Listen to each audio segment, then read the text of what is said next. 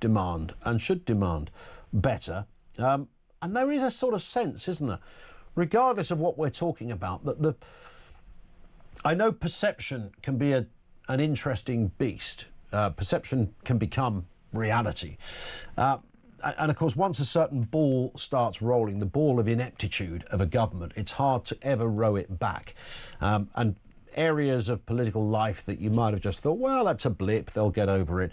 You put it all together now through the prism of, I guess, social media, 24-hour news cycles, and everything looks pretty creaky at the moment. I think creaky is generous. And there's one such area that I think sort of feeds into that narrative of something you'd file in the under the title of "What the heck are they thinking?" This was David Lammy proposing to restrict jury trials, despite many saying that they're fundamental to our democracy. Let's have a listen to the Shadow Justice Secretary talking about Mr Lammy. Here's Robert Jenrick. The Justice Secretary is plotting to discard centuries of jury trials without so much of a by your leave. And where is the Justice Secretary to answer for this?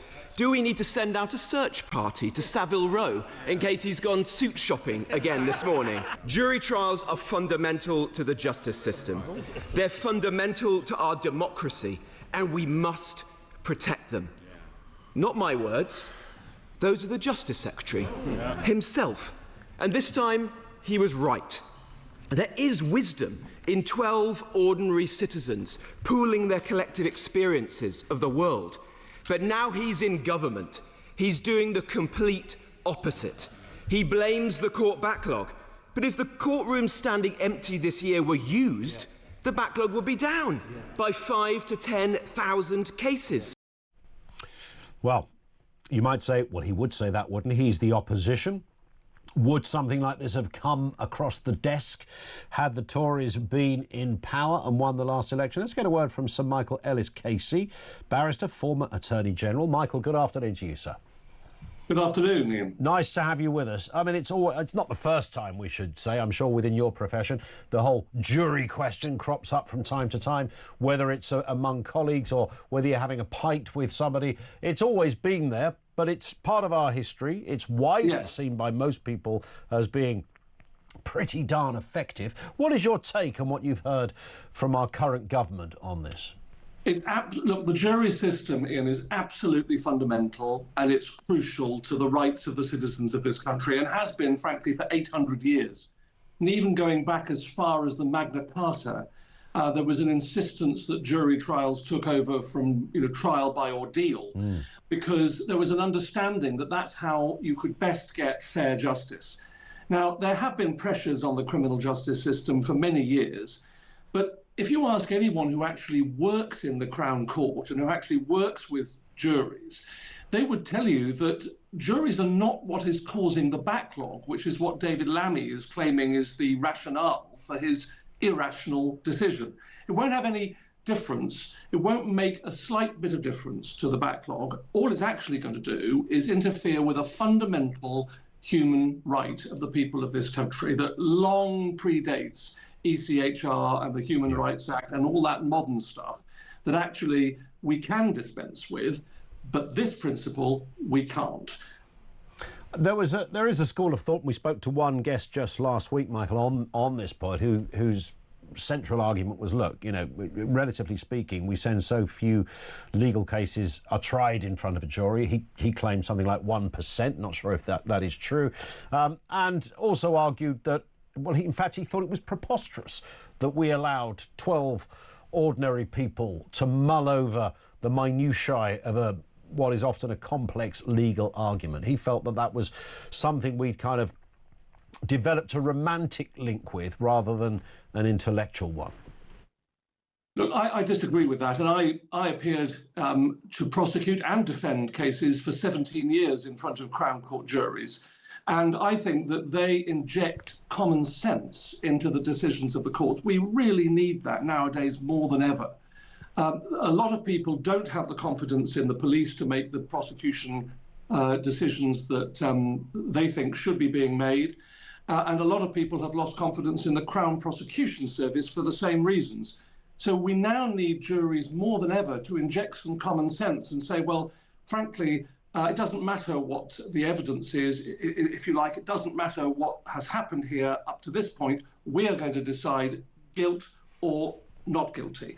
And that is really a fundamental injection of common sense from jurors. Look, the other thing about it, Ian, is quite simply this. What is actually causing the backlog is things like an underinvestment in the criminal justice system. You haven't got a lot of courtrooms working because they're in dilapidated court buildings. There's no plumbing, there's no heating, there's no electricity. So they've got courtrooms empty. You've also got a few sitting days that are not allocated to judges. So you can't run a court because the judges aren't being paid to run the court on that day. And you've also got an increase in the complexity of evidence. So nowadays, you've got all this mobile telephone data, you've got more CCTV footage than ever before. So on your common or garden burglary, for example, there might be every camera in the street. You know, many houses in the street might have had home CCTV footage, all of which has got to be trawled through. The defense and the prosecution are entitled to it. In other words, there's far more data, digital data, than ever before. Absolutely. So that's what's causing the delays. Messing about with jury trials, Ian, won't make any difference at all. One of the other things he noted, that it was Sir Simon Jenkins, the writer and the journalist we were speaking to on this. OK, he's not a lawyer, but his other contention was that actually, when I said to him, look, you speak to most barristers, most KCs, most solicitors, everyone's in agreement, prosecutors or defenders, that this is not a good way to move forward. He argued, not kindly, I should add, that actually the reason you guys like it is because you're nothing more you like more than sticking on a wig and hearing the sound of a gavel of a day. It gets you out of bed, and it's a performative thing where you can think, wow, half an hour I was in law school and here I am, lording it up in front of 12 people. I'm the star of the show. Any truth in that, the vainglorious nature of barristers? No, I don't think so. I mean, look, to be honest, barristers became barristers in most cases because they like the advocacy, as opposed to solicitors who would do perhaps less advocacy than a barrister, although solicitors do advocacy as well nowadays in courts, especially in the magistrates' court. So, look, I think there is a bit of the theatre of it, but this is a very serious issue. You know, the Free Speech Union have said, you know, here we are, where the Americans, for example, the Trump administration is very concerned about the direction of this country when it comes to free speech, and we've seen prosecutions along those lines. And now we have another fundamental infringement on a principal right, which is a right to a trial by jury. But, you know, the other thing is, Ian, we will get far more convictions if you have judges sitting alone without juries. Magistrates tend to convict far more than juries. Juries tend to give people the benefit of the doubt. They tend to say to themselves in the privacy of the jury room, well, maybe, but we're going to cut this person a break or something along those lines.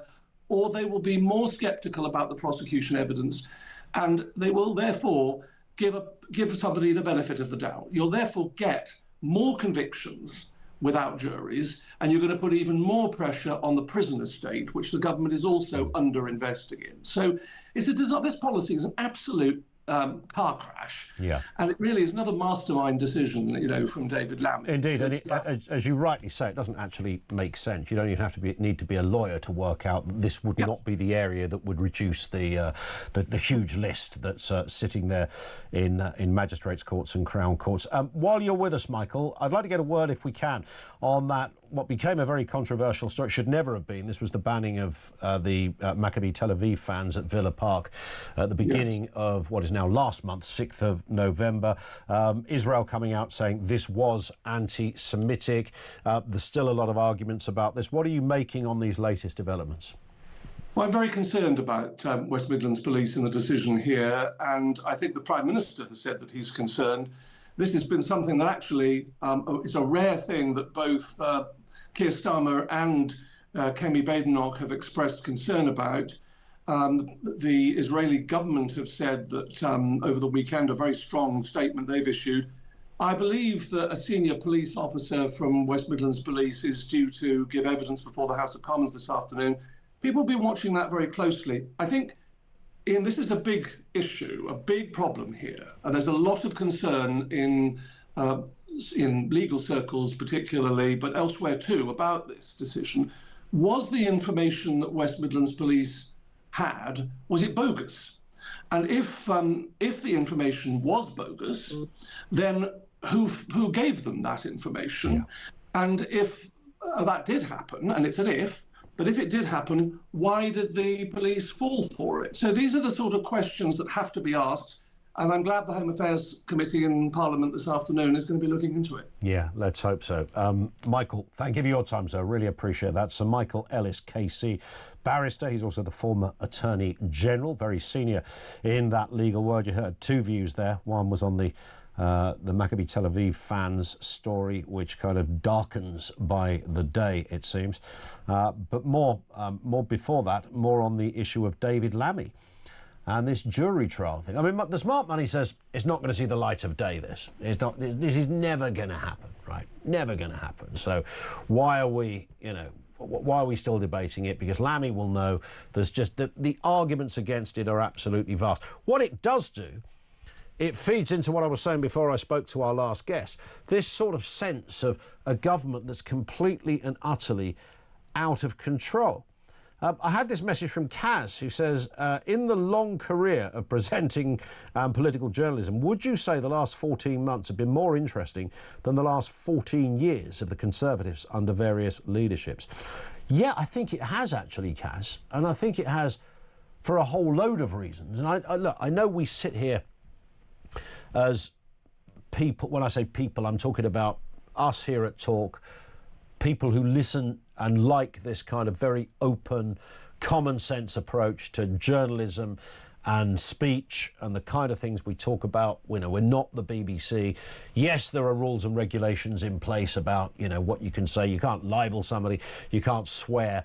But beyond that, we can take more open debate than anywhere else. So I'm preaching to the converted a little bit by saying this with our audience. That's broadly the point. But I think even putting that aside, the last 14 months have been just extraordinary. And one of the main reasons, and what I think has been exposed and was exposed quite early on, is that Keir Starmer does not have a political ideology. There's no kind of underpinning root and branch political roadmap that sits underneath everything he's doing. Because if you can see one of those, even if you disagree with it, you can go, Jeremy Corbyn, I can understand Jeremy Corbyn. He wants to raise taxes here, he wants to do X, Y, Z, penalise the rich even more. I get that, all right? I don't agree with it, but I understand where he's going. I think we all understood what Thatcherism was. We understood what Blairism was, all to begin with.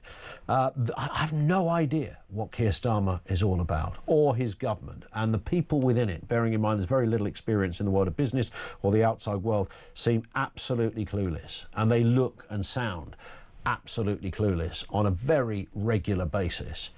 So I think that, to me, informs the rather disjointed, chaotic nature of the bozos we've got running our country. I think that's fair. There's impartiality for you. Charlie is